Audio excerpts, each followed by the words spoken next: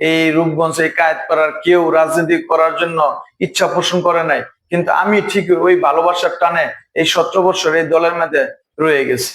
কারণ তখন হামলার মামলার শিকার অবশ্যই আমি হয়েছি, কিন্তু আমি এক বিন্দু পরিমাণও পিছপা হই নাই। আর থানার রাজনীতিতে গেছি, আপনারা জানেন চিনেন, আমাদের বোলাবা ইউনিয়নের আলমগীর হোসেন টিটু চেয়ারম্যান এবং আমিরুল ইসলাম ইমন ভাই, তাদের নেতৃত্বে আমি থানার রাজনীতিতে প্রবেশ করি। আমরা একটু আপনার কাছে জানতে চাই যে দীর্ঘদিন ছাত্র রাজনীতি থেকে শুরু করে যুব রাজনীতিতে দীর্ঘ 17টি বছর, বিগত আরো 2 বছর যোগ হয়েছে, এই যুব দলকে কিভাবে আপনি সুসংগঠিত করে রেখেছেন, যদি একটু সাধারণ মানুষকে, রূপগঞ্জের মানুষকে জানাতেন। বিসমিল্লাহির রহমানির রহিম। আমার রাজনীতির শুরু ছাত্রদল দিয়ে। আমি প্রথমে আমরা এই কায়েতপাড়া ইউনিয়ন সুসংগঠিত করি, কায়েতপাড়া ইউনিয়ন ছাত্র দলের পদবিহীন দায়িত্ব পালন করি। তারপর রাজনীতিতে আসি, থানার রাজনীতিতে ছাত্রদল করতে করতে এক সময় আমরা থানা ছাত্র দলের দায়িত্ব পালন করি, থানা পুরা সেক্রেটারির দায়িত্ব পালন করি, কিন্তু পদবিহীন। বর্তমানে আমি থানা যুব দলের যুগ্ম আহ্বায়ক এবং যুব দলের দায়িত্ব পালন করতেছি। আমার নেতা মোস্তাফিজুর রহমান ভূঁইয়া দীপু ভাইয়ের নেতৃত্বে আমরা জানেন আপনারা, আমরা প্রায় 65,000 ভোটে বিজয়ী হয়েছি।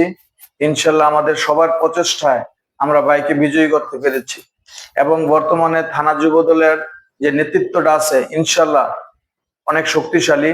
আমরা যে কোনো আন্দোলন সংগ্রামে আমাদের দেশনায়ক তারেক রহমান যখন আমাদেরকে ডাক দিবেন, মোস্তাফিজুর রহমান দীপু ভাইয়ের নির্দেশনায় আমরা সেই সব আন্দোলনে ইনশাল্লাহ আমরা ঝাঁপিয়ে পড়বো, এই আশা ব্যক্ত করি। তবে মোহাম্মদ আজিম সরকার সাহেব, আপনার কাছে আমার প্রশ্ন, এই যুব দলকে আগামীতে আরো শক্তিশালী করার পরিকল্পনা কি আপনাদের?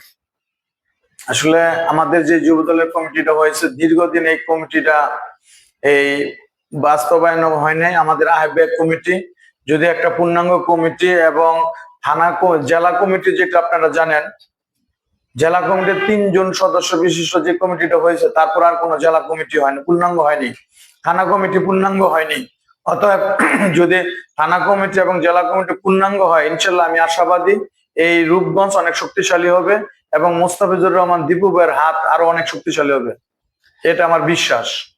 তবে মোস্তাফিজুর রহমান ভূঁইয়া সাহেব যদি এমপি হয়েছেন, যদি প্রতিমন্ত্রীর পদটা যদি তাকে দিত, তাহলে আপনাদের আসলে কেমন লাগতো যদি একটু জানাতেন।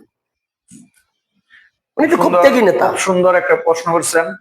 আসলে আমাদের মোস্তাফিজুর রহমান দীপু ভাই যদিও মন্ত্রিত্ব পায়নি, কিন্তু মন্ত্রীর চেয়ে বেশি আমাদের রূপগঞ্জ উন্নয়নমূলক কাজ করতেছে। অতএব আপনারা জানেন আমাদের কায়েতপাড়া কিছুদিন আগে প্রায় 100 কোটি টাকার একটা ব্রিজ নির্মাণ হয়েছে, এই উদ্বোধন করে গেছেন এবং ইউনিয়নের শত শত কাজ তিনি শুরু করে দিয়েছেন। আমরা বিগত দিনে দেখছি মতিন চৌধুরীর আমলে তিনি যেসব কাজ আমাদের উন্নয়নমূলক কাজ করে গেছেন, তারই অব্যাহত তারই ধারাবাহিকতায় আমাদের মোস্তাফিজুর রহমান দীপু ভাই প্রত্যেকটা কাজ ইনশাল্লাহ চালিয়ে নিচ্ছেন। এবং এই 17 বছরে আমাদের এই রূপগঞ্জে কোনো উন্নয়নমূলক কোনো কাজ হয়নি। আমাদের মোস্তাফিজুর রহমান দীপু ভাই এই 1.5 মাসের মধ্যে যে কাজগুলো করেছে অকল্পনীয়। মানুষ যা আশা করেছে তার কাছে মানুষ তাই পেয়েছে।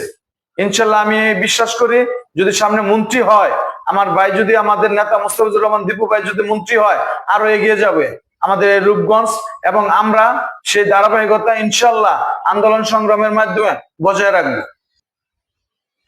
যুবদল আসলে একটা শক্তিশালী একটা সংগঠন, আমি বিশ্বাস করি এবং এটা আমি বুকে প্রাণে লালন করি যে যদি যুবদলকে আবার নতুন করে সাজিয়ে, আপনারা জানেন ইতিপূর্বে আমাদের তারেক রহমান ছাত্রদল, স্বেচ্ছাসেবক দল, যুব দল নিয়ে কেন্দ্রীয় কমিটির হাত দিয়েছেন।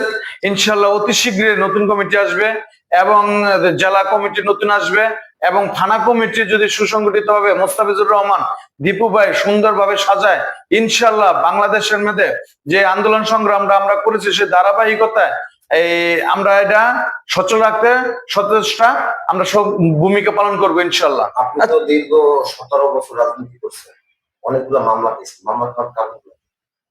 আসলে আমি 14-8 সালের থেকে মামলা খাওয়া আমার শুরু হয়েছে। ছাত্র দলের জীবন থেকে আমার মামলা খাওয়া শুরু হয়েছে, কিন্তু প্রত্যেকটা মামলা হয়েছে বিস্ফোরক মামলা।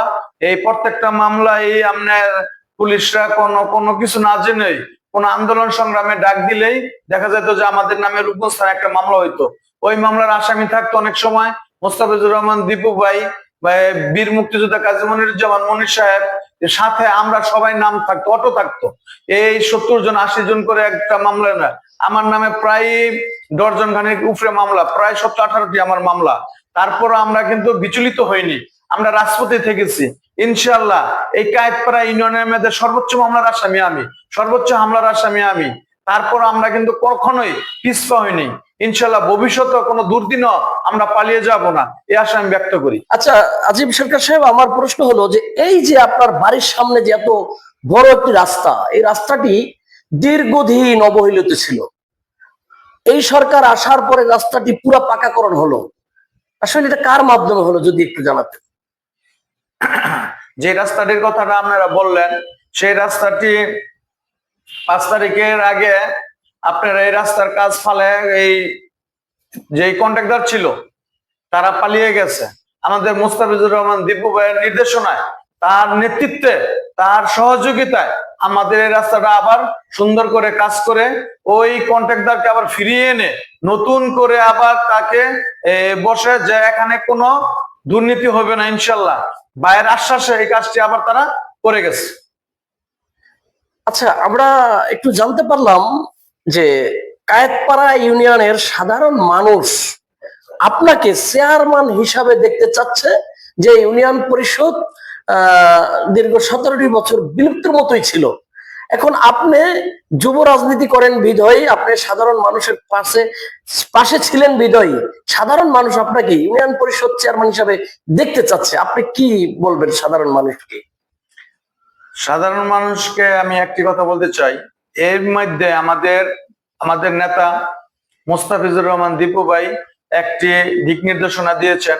সে দিক নির্দেশনাটা হলো স্বচ্ছ ভালো মানুষ এগিয়ে আসতে হবে, এবং এই জায়গার মধ্যে যে স্বচ্ছ, যে ভালো, যাকে জনগণ চাইবে, জনগণের ম্যাগনেট নিয়ে যে চেয়ারম্যান হইতে পারবে তাকে আমাদের নেতা মোস্তাফিজুর রহমান দীপু ভাই তাকে বরণ করে নিবে। আর একটি কথা বলতে চাই, যদি মোস্তাফিজুর রহমান দীপু ভাই এমপি মহোদয় মনে করে যে আমি চেয়ারম্যান এই ক্যান্ডিডেট বা আমি করতে পারবো বা আমি এটার যোগ্য, যদি মনে করে, জনগণ যদি চায়, যে জনগণ যদি বলে যে না আজিম এই জায়গার মধ্যে যোগ্য, ভালো লোক, ভালো নেতৃত্ব দিছে এবং সবার পাশে ছিলাম আছি, যদি সবাই মনে করে, তাহলে আমি অবশ্যই করার জন্য ইচ্ছুক। রূপগঞ্জ উপজেলা যুব দলকে যেভাবে সুসংগঠিত করে রেখেছেন, আপনারা জানেন করোনাকালীন সময়, বন্যার সময় বন্যার্থদের পাশে যেভাবে সাধারণ মানুষের পাশে জায়গা করে নিয়েছিলেন, সেই ব্যক্তিটি হচ্ছে আপনারা এই রূপগঞ্জবাসী সকলেই তাকে চিনেন, তাকে জানেন, এবং তিনি সকলের হৃদয়ের স্পন্দন। তিনিও সাধারণ মানুষের সাথে মিলেমিশে কাজ করে যাচ্ছে, যিনি মামলা হামলার শিকার হয়েও থেমে থাকেননি। ডজনের উপরে মামলা, ডজনে মামলা যে খেয়েছেন এই যুবদল করে, বিএমপি করে, তার অপরাধে, সেই অপরাধের কারণে মামলা হামলার শিকার হয়েও তিনি রাজপথ ছেড়ে যাননি। আমরা দেখেছি পল্টন ময়দানে, আমরা দেখেছি সরোয়ার্দী উঠানে, আমরা দেখেছি নারায়ণগঞ্জের প্রতিটি জনসভায়, প্রতিটি পথসভায়, প্রতিটি রাজপথে আমরা দেখেছি সেই যুবদলের প্রিয় একজন মুখ এবং এই রূপগঞ্জের মাটি ও মানুষের নেতা শহীদ প্রেসিডেন্ট জিয়াউর রহমানের, যিনি আস্থাভাজন এবং বেগম খালেদা জিয়ার স্নেহধন্য তারেক রহমানের অতি আপনজন, যেই এমপি মহোদয় এই রূপগঞ্জের রূপকার মোস্তাফিজুর রহমান ভূঁইয়া দীপু সাহেব, তারই অবশ্যই। অনুসারী, তারই অনুসারী, তার হয়ে কাজ করেছেন এবং তাকে নির্বাচিত করেছেন রাজপথে থেকে সেই প্রিয় নেতা মোহাম্মদ আজিম সরকার।